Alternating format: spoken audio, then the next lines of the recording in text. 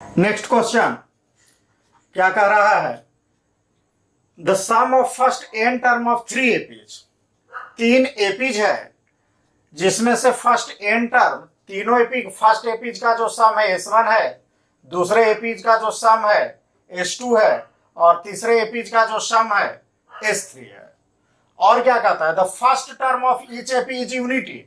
और कह रहा है तीनों एपीज का जो फर्स्ट टर्म है उसका वैल्यू क्या है? 1 है। यूनिटी दैट मीन्स देखिए यहां ध्यान दीजिए क्या कह रहा है? The first term of each AP is unity. Unity means यह 1 ना लिखकर एक क्वेश्चन में क्या लिख दिया है? यूनिटी लिख दिया है। यानी यह न्यूमेरिकल वैल्यू में इसे कन्वर्ट कर दें तो थोड़ा आसान हो जाएगा कि तीनों ही एपीज का जो फर्स्ट टर्म है वो क्या है? 1 है। And their common differences are 1, 2 and 3। और उसके कॉमन डिफरेंसेज जो है क्या क्या है? पहले का 1 है, दूसरे का 2 है और तीसरे का 3 है रेस्पेक्टिवली। Prove that. तब हमें करना है S1 S2 equal to 2S2। तो आइए इसके चलते हैं सॉल्यूशन में। देखिए सबसे पहले हम मान लेते हैं कि तीन एपीज का सीरीज क्या है? Let 3 APs are as under. तीन एपी इस प्रकार हैं, ध्यान दीजिए। फर्स्ट एपी के रूप में हम ऐसे मानते हैं A1, A2, A3, A4 and so on. Second AP जो सेकंड सीरीज है एपी का उसे हम डिनोट करने के लिए चलिए बी ऐसे कर लेते हैं B1, B2, B3, B4 and so on. उसी तरह से थर्ड एपी जो है हमारा उसे हम कर लेते हैं C1, C2, C3, C4। इस तरह से हमारा तीन एपीज बन गया, डिफरेंट एपीज बन गया। अब आइए देखिए क्या कह रहा है? The first term of each AP is unity. The first term of each AP is unity. इसका मतलब A1, B1 और C1 इन तीनों का वैल्यू क्या है? 1 है। इसलिए हम लिख सकते हैं फ्रॉम क्वेश्चन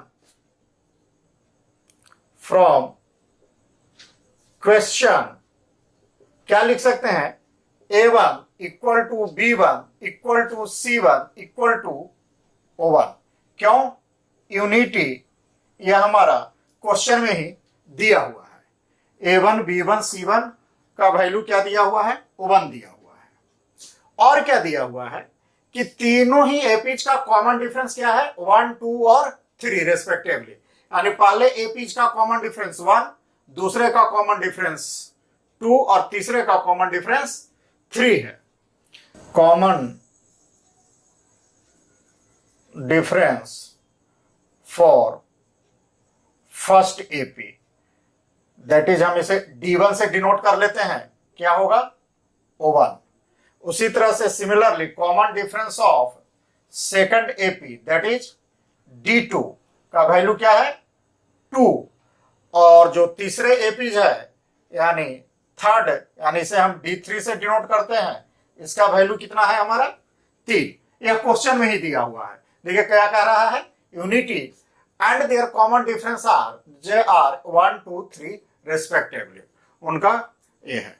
अब हमें इसका सम चलना है क्योंकि जो हमें प्रूव करना है या क्वेश्चन का जो टारगेट है क्या है? यहां तक है। तो सम के लिए हमें चलना है, सम के अनुसार चलकर उसे हमें प्रूव करना है। तो आइए फॉर फर्स्ट एपी, पहले एक एपीज के लिए चलते हैं। फॉर फर्स्ट एपी, तो फर्स्ट एपी जैसा कि हम सम के लिए फॉर्मूला SN इक्वल टू क्या जानते हैं? N/2 into 2A plus N-1 into D। अब देखिए फर्स्ट एपी में ध्यान दीजिए क्या कह रहा था कि the sum of first n term of 3 APs are S1, S2, S3। यानी पहले के लिए जो सम S1 है SN होगा, S1 होगा। दूसरे एपीज के लिए SN जो होगा S2 के बराबर होगा और तीसरे सीरीज एपीज के लिए जो SN होगा वह किसके बराबर के लिए होगा? S3 के लिए डिनोट करना है। तो आइए इसे हम इस Sn को क्या करते हैं, चूंकि पहला सीरीज है इसलिए S1, और यह 1 जो है इसे n के स्थान पर 1 नहीं है, यह n जो है 1 n के लिए नहीं है। ये क्या डिनोट कर रहा है कि पहला सीरीज का सम है। ये क्या डिनोट कर रहा है, यह 1 डिनोट कर रहा है कि फर्स्ट सीरीज है, ना कि नंबर 1 डिनोट कर रहा है। तो आइए n/2 2a प्लस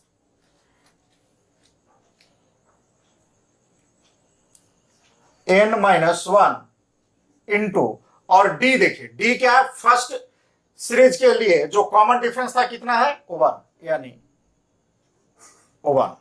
और एक चीज और ध्यान दीजिए, क्या था कि तीनों ही फर्स्ट टर्म जो था, तीनों ही एपीज के लिए फर्स्ट टर्म हमारा क्या था 1 था, इसलिए इस a के स्थान पर हम क्या लिख सकते हैं 1 लिख सकते हैं, यानी S1 n/2 2 multiply 1 plus n-1, 1 से मल्टीप्लाई करेंगे 1 रह जाएगा, यानी n/2 इंटू क्या हो जाएगा 2 प्लस n-1, यह कितना रह गया n/2 इंटू, अभी क्या हो जाएगा 2 में से 1 चला जाएगा 1, यानी n+1, यानी इधर S1 चल रहा है S1, यानी S1 इक्वल टू क्या आ गया हमारा, इसे मल्टीप्लाई कर दें तो क्या बनेगा n इंटू n+1/2, इसे हम इक्वेशन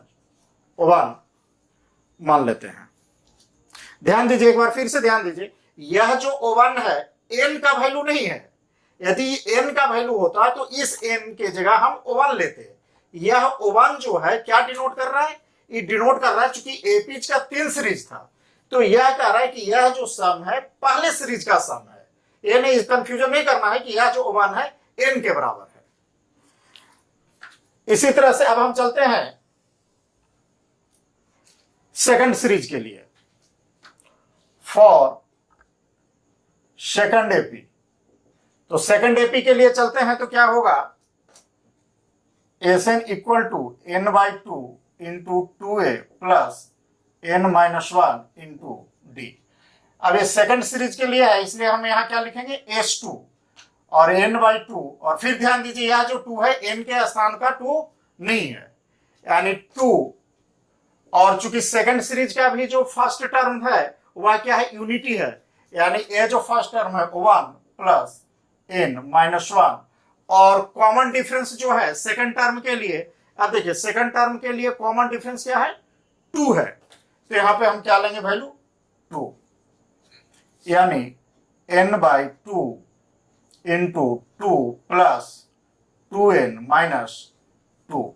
अब ये +2 और -2 कैंसिल हो जाएगा, तो क्या हो गया हमारा 2n²/2, यानी 2 से 2 कैंसिल हो गया, यानी n², S2 S2 S2, यह हमारा आ गया इक्वेशन 2। इसी तरह से थर्ड एपी के लिए चलते हैं, for third AP.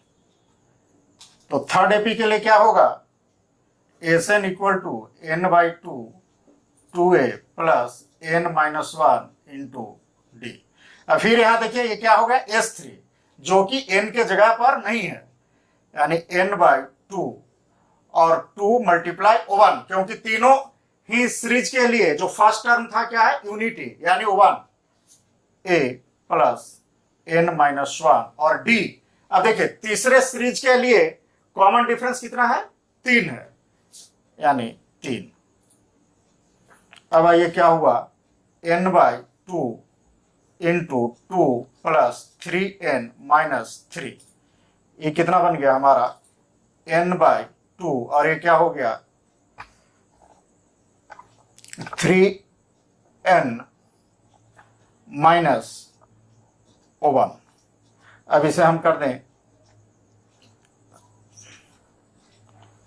n into 3n-1/2, यह हमारा क्या चल रहा है S3। इसे हम मान लेते हैं इक्वेशन नंबर 3, इसे क्या मान लेते हैं इक्वेशन नंबर 3।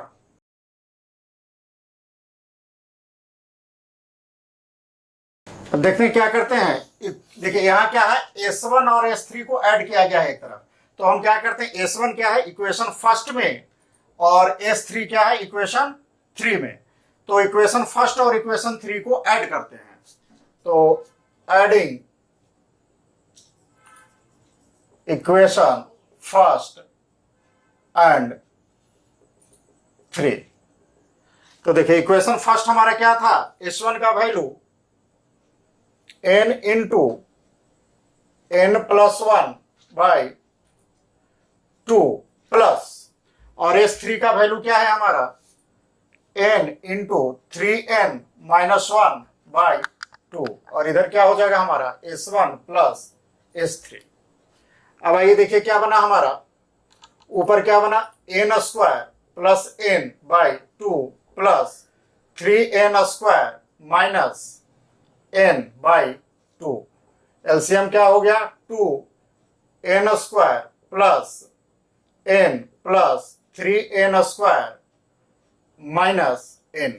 अब देखिए प्लस माइनस n और या प्लस n कैंसिल हो गया, अब n स्क्वायर और 3n square 4n square by 2 से यह कैंसिल हो गया, यानी कितना हो गया 2n स्क्वायर, यानी S1 प्लस S3 का वैल्यू क्या आ गया हमारा 2n स्क्वायर। इसे हम इक्वेशन 4 मान लेते हैं, इसे हम क्या मान लेते हैं इक्वेशन 4 मान लेते हैं। अब देखिए हमारे क्या था, एक तरफ था S1 और S3 का वैल्यू और दूसरे तरफ S2, यानी इक्वेशन 2 का वैल्यू हमें अभी है पता। अब क्या करते हैं, इक्वेशन 4 और इक्वेशन 2 को एक दूसरे से क्या कर देते हैं, डिवाइड कर देते हैं। तो डिवाइडिंग इक्वेशन, देखिए इसका वैल्यू ज्यादा है तो इसे कर देते हैं इक्वेशन 4 बाई 2, 4 को इक्वेशन 2 से डिवाइड करते हैं, तो 4 क्या है हमारा S1 plus S3 divided by क्या होगा S2 इक्वल टू, यह क्या है हमारा 2n स्क्वायर और सेकंड में क्या है n स्क्वायर। अब यह n स्क्वायर से n स्क्वायर कैंसिल हो गया तो यह क्रॉस मल्टीप्लीकेशन हो जाएगा, तो S1 plus S3 equal to यह 2 इंटू S2, और यही हमें प्रूव करना था।